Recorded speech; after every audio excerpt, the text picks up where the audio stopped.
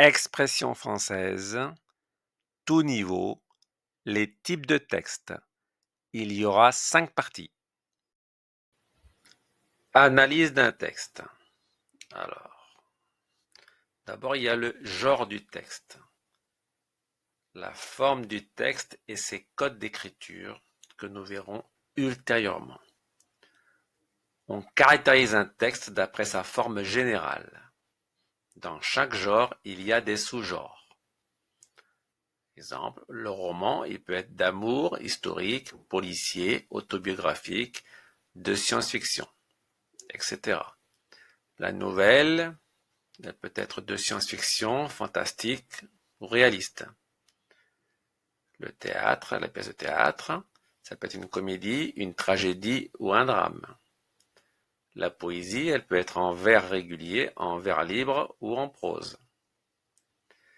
Il y a d'autres genres, comme les lettres, les contes, les autobiographies. Alors, la deuxième chose à savoir, le type de discours. Quel est le but de celui qui écrit le texte? Les textes sont composés de différents types ou formes de discours. Le type dépend de l'intention de celui qui produit l'énoncé, du but qu'il se fixe. On n'écrit pas un texte sans idée, sans but. Il y a 5 types de discours. Enfin là, ce sont les principaux et que nous verrons tout de suite après. Alors le premier, le texte narratif, c'est pour raconter une histoire. Le texte descriptif, c'est pour décrire un lieu, un personnage ou un objet. Explicatif, c'est pour expliquer, répondre à des questions ou alors aider à comprendre. Le discours argumentatif, c'est pour persuader, pour convaincre. Enfin, le texte injonctif, c'est pour soit conseiller, soit ordonner. Troisième élément à prendre en compte, les tonalités. Alors, c'est l'effet produit sur le destinataire étant le lecteur. Alors, le ton ou la tonalité est l'effet produit sur le dessinateur ou le lecteur. Alors, ça peut être un effet comique. Alors, c'est pour faire rire. Nuance possible, l'ironie. Le but peut être humoristique. Il fait sourire. Nuance possible, la satire. Il peut être dramatique. Il émeut. Il fait peur. Il maintient un suspense. Il peut être pathétique. Il émeut. Il inspire la pitié ou fait pleurer. Il peut être tragique. Il inspire la terreur et le désespoir. Par exemple, le destin décidé par les dieux. Enfin, il peut être lyrique. Il fait partager les sentiments intimes. Donc, quand vous analysez un texte, vous avez en tête le genre du texte, le type de discours et les tonalités. Nous allons voir après le texte narratif, descriptif, explicatif, argumentatif et injonctif. C'est fini. Le texte narratif, le but, raconter des histoires. Les genres, il y a le genre romanesque, notamment les romans du 19e siècle avec des auteurs comme Stendhal et Flaubert. Des nouvelles, le nouveau roman, des mémoires, des épopées ou des journaux intimes. La forme et les éléments constitutifs. En fait, les éléments constitutifs, ce sont les ingrédients à inclure dans un texte narratif. Alors, parmi eux, il y a le schéma narratif, avec ses étapes, l'état initial, un élément perturbateur, des péripéties, une force équilibrante et un état final. Il peut y avoir une intégration d'un élément fictif, comme l'analepse, un retour en arrière, ou la prolepse. Il y a un rythme narratif, alternance pause, scène, sommaire, ralenti, ellipse. Ellipse, c'est-à-dire qu'on occulte une période de l'histoire.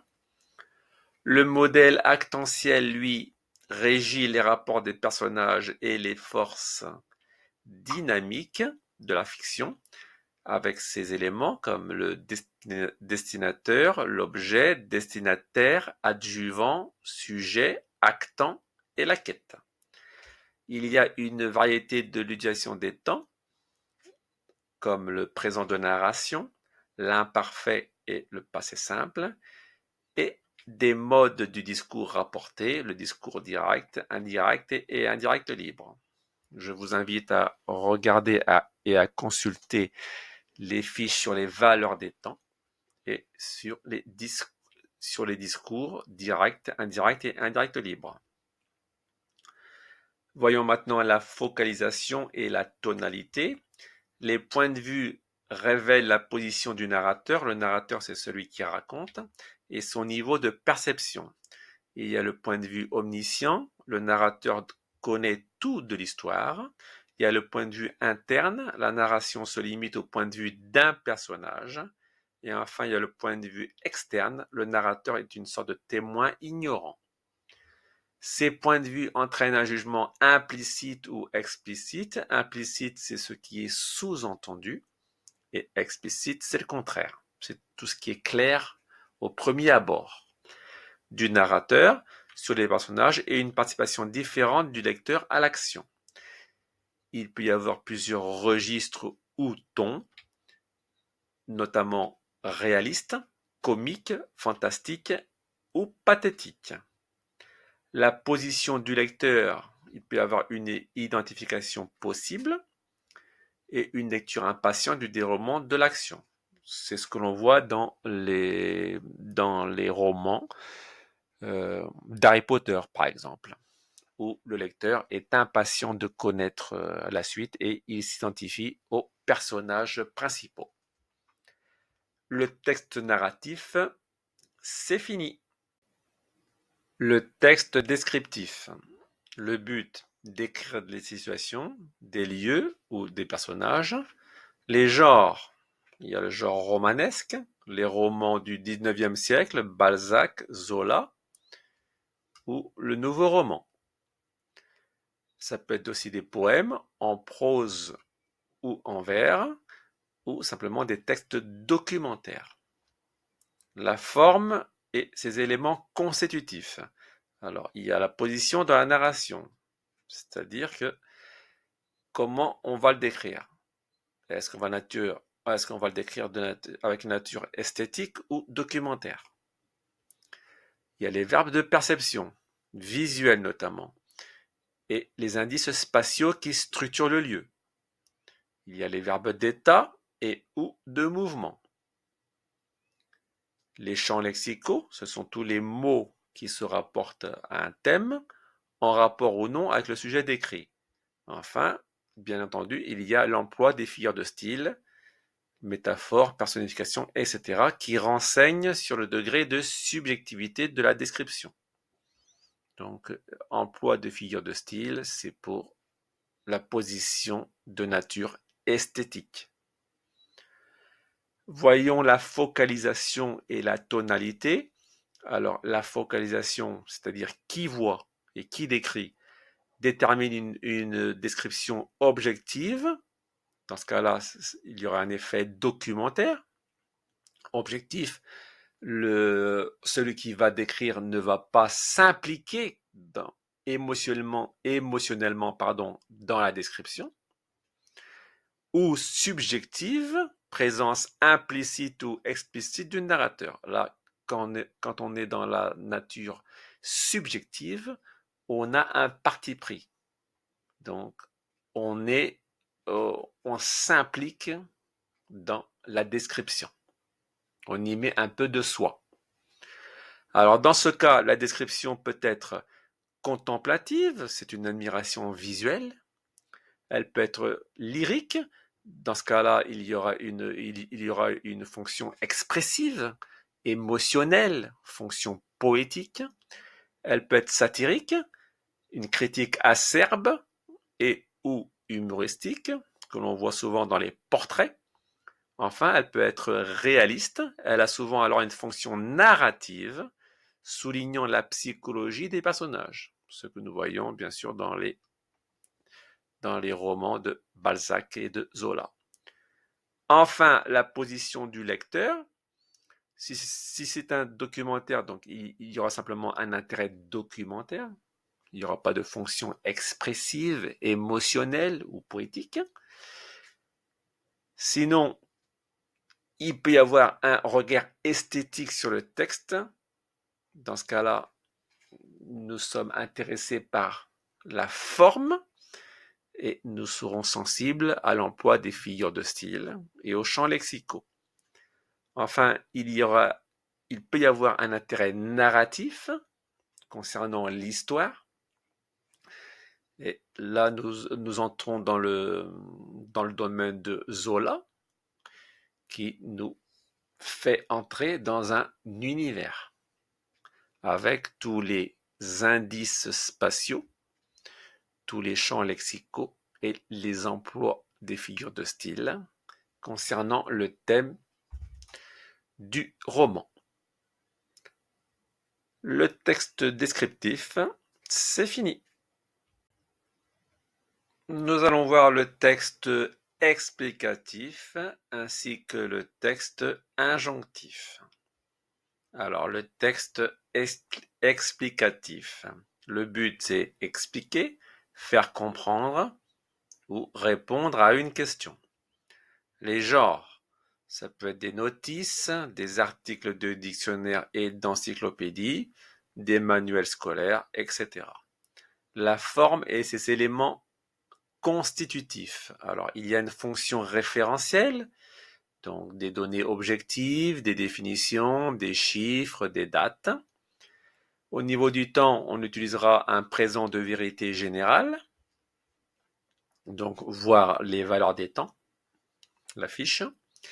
Le texte sera structuré, notamment avec l'utilisation des connecteurs logiques, cause, conséquence, but.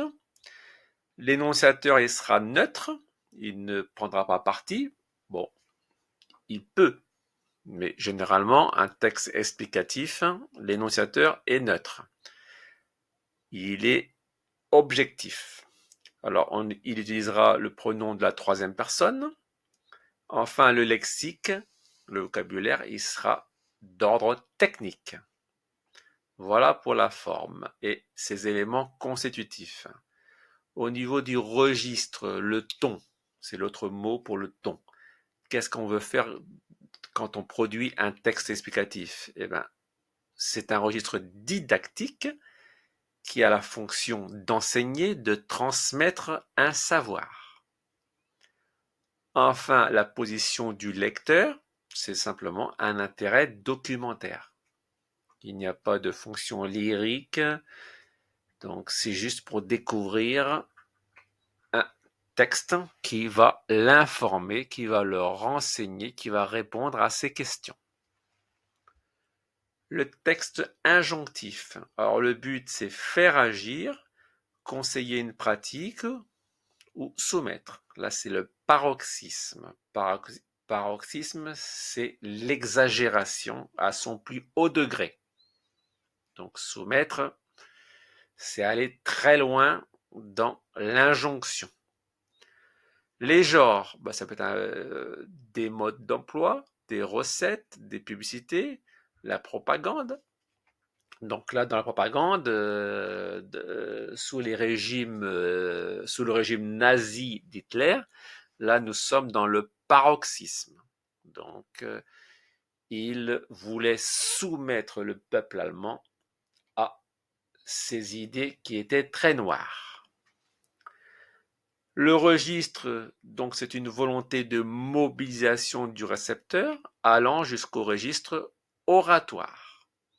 Donc là, nous retrouvons la volonté de soumettre, et souvent dans la politique. La position du lecteur, alors, soit il a un esprit critique, c'est-à-dire qu'il sait penser par lui-même, soit il est docile. Et dans ce cas-là, il il est empreint d'admiration pour celui qui lui parle. Et là, nous retrouvons aussi la fonction de soumission et la propagande. Quand on est docile, c'est-à-dire qu'on absorbe toutes les paroles de celui qui vous parle sans émettre une critique. Et ça, c'est dangereux. Donc attention au texte injonctif quand il prend la nature de soumettre. C'est fini. Le texte argumentatif. Le but, c'est convaincre, persuader ou critiquer. Les genres, alors il y a les essais, les articles, les discours, les pamphlets. Le pamphlet, c'est une critique acerbe contre un personnage, contre un roi par exemple. Il y a les polémistes et les sermonnaires du XVIIe siècle, comme Pascal ou Bossuet. Il y a les philosophes du XVIIIe siècle, comme Montesquieu, Voltaire et Rousseau. La forme et ses éléments constitutifs. Alors je rappelle que les éléments constitutifs, ce sont les éléments qui doivent être inclus dans le texte argumentatif. Alors, il y a une organisation logique de l'argumentation. Ce sont des thèses, ce sont des positions, des points de vue, des thèses étayées d'arguments soutenus par des exemples. Donc, les exemples sont très importants. On émet une opinion, on la conforte avec des exemples. Le texte est bien évidemment structuré, avec des verbes de persuasion, des connecteurs logiques, évidemment, et des questions rhétoriques. La présence du locuteur dans son énoncé, le jugement et l'opinion, c'est là, dans l'argumentation, il prend part, il donne son avis, il n'est pas neutre. Enfin, il y a un degré de certitude. Quand on argumente, on est convaincu par ce que l'on avance. Alors les registres, la tonalité, bon, ça peut être un registre oratoire, ampleur rythmique des phrases, le pouvoir saisissant des images et de leur contraste, un texte tendu vers un auditoire, un plaidoyer ou un réquisitoire. Donc le registre oratoire, c'est ce que l'on voit chez les politiques quand ils sont dans une tribune et s'adressent au peuple, ou dans le cas d'une cour de justice où l'avocat fait un plaidoyer, ou alors le procureur fait un réquisitoire. Alors, le registre polémique, alors netteté des positions, souci de l'exemple et de la preuve, confrontation des thèses, technique de réfutation en utilisant l'ironie. Donc là, on se confronte, on s'affronte à un individu, à ses idées. On est dans la polémique, il y a une confrontation. Enfin, le registre injonctif, c'est une adresse au lecteur, donc on utilisera les modes impératif et infinitif, et on pourra utiliser des interrogations oratoires. Donc là, dans le registre injonctif, là, comme nous avons vu dans le texte injonctif, nous argumentons dans le sens de, entre guillemets, soumettre celui qui nous écoute à nos arguments. Donc, la position du lecteur, alors, il peut y avoir une réflexion et un esprit critique. Il reçoit l'information, il est à même, il est capable d'émettre un jugement critique et non pas d'absorber bêtement, pardonnez-moi du terme, la position argumentaire de celui qui lui parle. Ou alors il peut être ému, donc il aura une réception émue du message et sera complice. Et là, nous entrons dans ce que nous avons vu dans le texte injonctif. Nous entrons dans la docilité. Et là, c'est un peu dangereux. Pour le texte argumentatif, c'est fini.